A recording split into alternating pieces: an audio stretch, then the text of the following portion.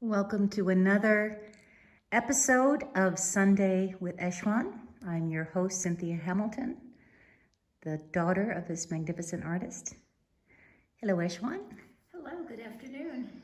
We are in your living room, correct? In beautiful San Miguel de Allende, which is in central Mexico. And I've only chosen 3 pieces today in hopes to discover more about you as an artist, what inspires you, your background, and your influences. Okay. So this particular painting, Ezshwan, that's behind you is of your family. That's right. It was a very old photograph. I've done many series I call memories, that I go back to old photographs, and now I've misplaced or lost all these photographs. But this is one when I was probably about 3 years old, and it was a family vacation. And there you see my father holding me, my older brother, and my mother. And this was done in encaustic. I actually have I think a YouTube video on how I did this. It was all encaustic. I didn't go into a lot of drawing with this. I wanted to keep it quite loose. But to me, it's a sweet memory. And then as you see, I kept it very loose. One of the reasons I went into encaustic was to paint a little looser. I was at a crossroads in my life at one time, thinking I either want to go photorealistic and really get tight or not. I thought, no, a camera can do that. I want to paint. So by using encaustic, I was conditioned or forced to loosen up, because when that torch goes on, things do move. And the 2 pieces that I've chosen to focus on in hopes to be more enlightened for all of us about your inspirations and what you have learned along this very prolific journey as an artist is the first piece that I could find in your home, which I think is the oldest, correct? Yes, it is. I did that, I believe, about 1952, my first semester in art school, where we were encouraged to draw as like a photograph, never using color the whole semester. Just keep drawing and learning to see and to apply the pencil, layering and building up the darks. And the second piece, or actually the third that I'm highlighting, is your latest encaustic. It was completed just a few days ago, correct? Yes, in July 9th, 2021, so it was quite a few years in between these pieces. Absolutely fascinating. It's carved, it's collaged. Did you use original drawings? Yes, there are 3 drawings in there of 30-second life drawings when I was working from the nude model. And I put those in along with dress patterns and pages from books, and then kept building over that with heated tool and doing more drawing and patterning. I lately have been seeing more of the intriguing to me at least, patterning in the paintings, and I think this may be a new direction for me. I believe all artists are inspired by other artists. And we spoke briefly in a previous interview about your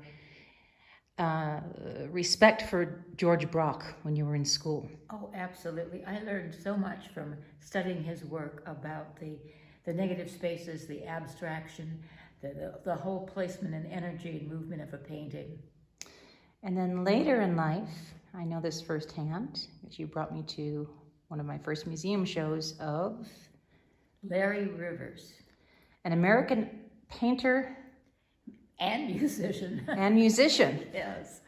You know, it was, he was doing figurative work when it was just not considered the thing to do with his contemporaries, but he never gave up the figurative work. He pushed it in all kinds of directions, and with layering, and I think it was foam core layering, which was inspired me to do some of that also. But I remember going to a show of his and crying with joy in front of his pieces. I thought they were so brilliant. He could draw, and he didn't stop drawing and accurately portraying the figure in all kinds of situations with all kinds of backgrounds. And I still am really impressed with his work. And it left such an impression on me. I recall his work was quite sensual. And did he do installations? I don't know about that. He very well could have, but I haven't really looked at his work for quite a few years, but I never forgot it.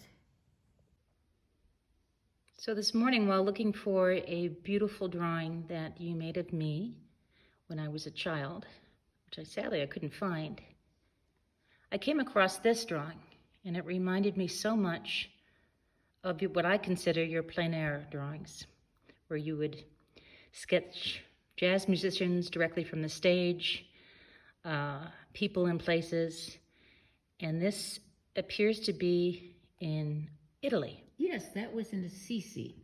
I had a month artist retreat in Italy, in Assisi, and it was a marvelous time. I love Italy anyway, but then to be with other artists and sharing our work every day, and I would walk around the streets always with a sketchbook and just sketch everything and anything I could see.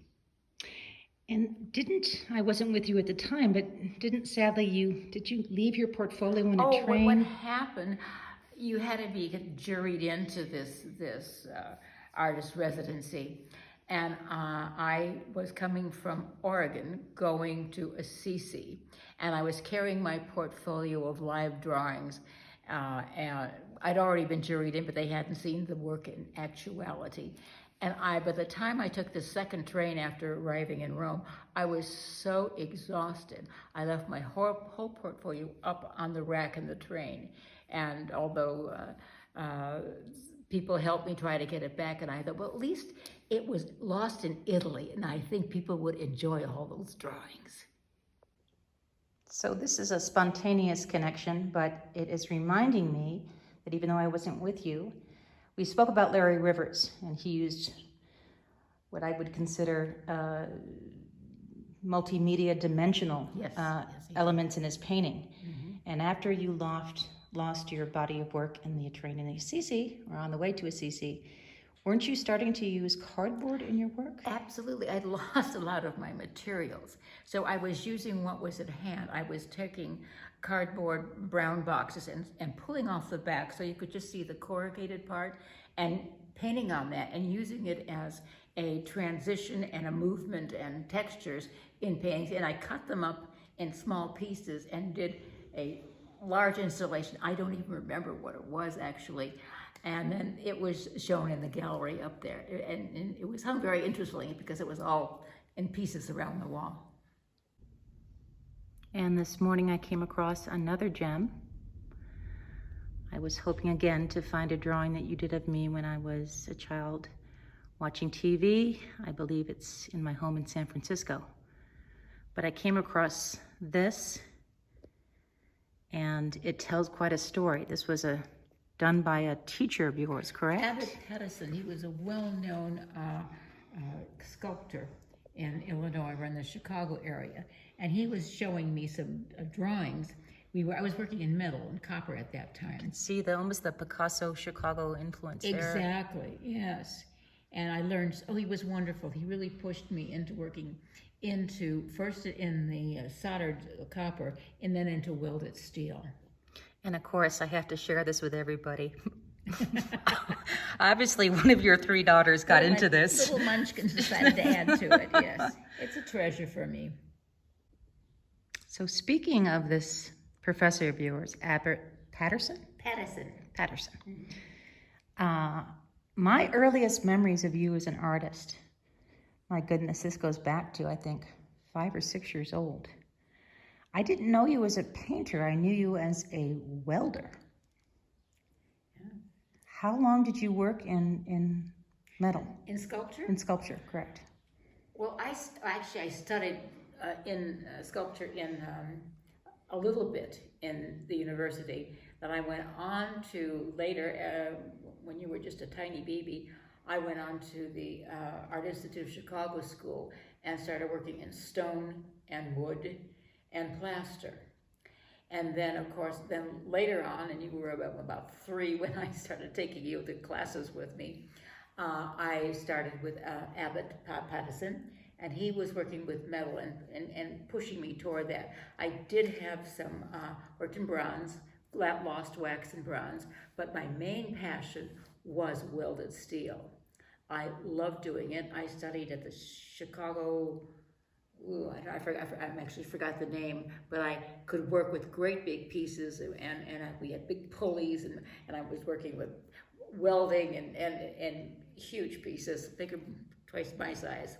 And it was wonderful. I loved it, and I don't know how many years, remember, it was several years. I had all the equipment. I had the grinding tools and the polishing tools, and I think it was probably when I got a divorce and I sold the oxyacetylene torches and then went back to color. I still worked later on in hydrocal, which is like a very, very hard plaster, which you can actually use outside. And I have 1 or 2 pieces of those left because they did last a long time.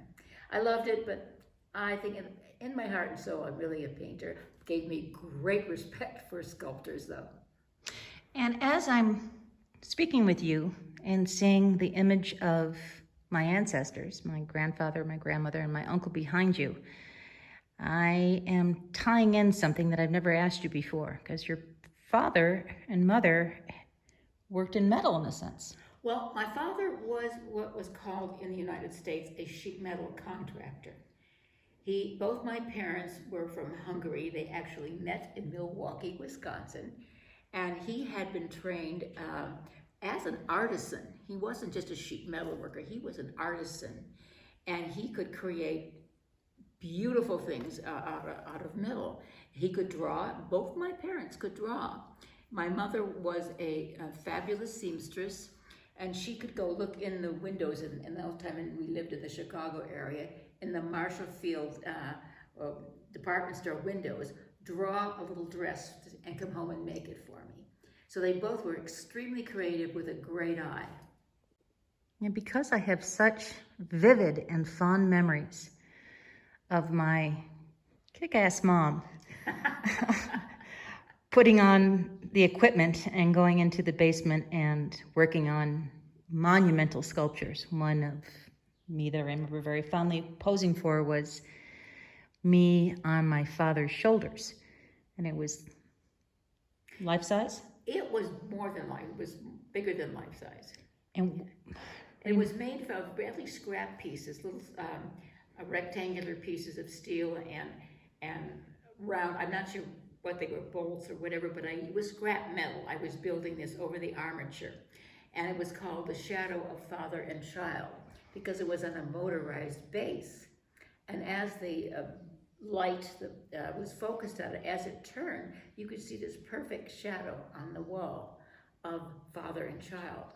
I loved it. This is where I had to work at the Chicago Center that had all the pulleys and lifts for the metal. And I do remember going back with, I think it was one of you or your sister coming downstairs, and I would be pushing my welding mask off my face, and sometimes had a welding rod in my hand and had run it through my hair. And one of my daughters came down and said, "Mom, your hair's on fire." So in many ways, full circle, even though you continually evolve, you have exchanged that heating tool for a flame. Good point. Still working with heat. So speaking of inspirations and people who have, artists who have inspired you, we talked about your early days being inspired by Brock, his compositions, the negative and positive space, and Larry Rivers as a painter. What is your inspiration now? Well, I really think it comes from an intuitive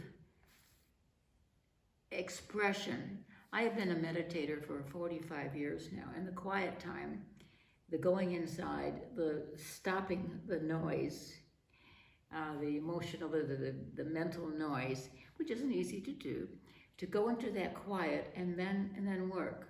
It's very important for me to have light and contrast in my work. Many of the series I've done are called Going Into the Silence, Her Journey, the woman's path to be self-realized. So what I think all artists do, we're really painting our inner selves. And on a closing note, on the wall of your beautiful living room are 3 paintings. I'm hoping to get these in view that I think really sum up who you are as a painter. Capturing solitude and silence, movement and rhythm and color. And the top piece, I'm sorry, folks, it's a very large room, so it's not the best angle. Yes, that what I call receiving, and that's basically what I do after my meditation. I open my heart to receive light, to receive guidance, to receive love, to receive peace. And that's why she's holding her hands like that.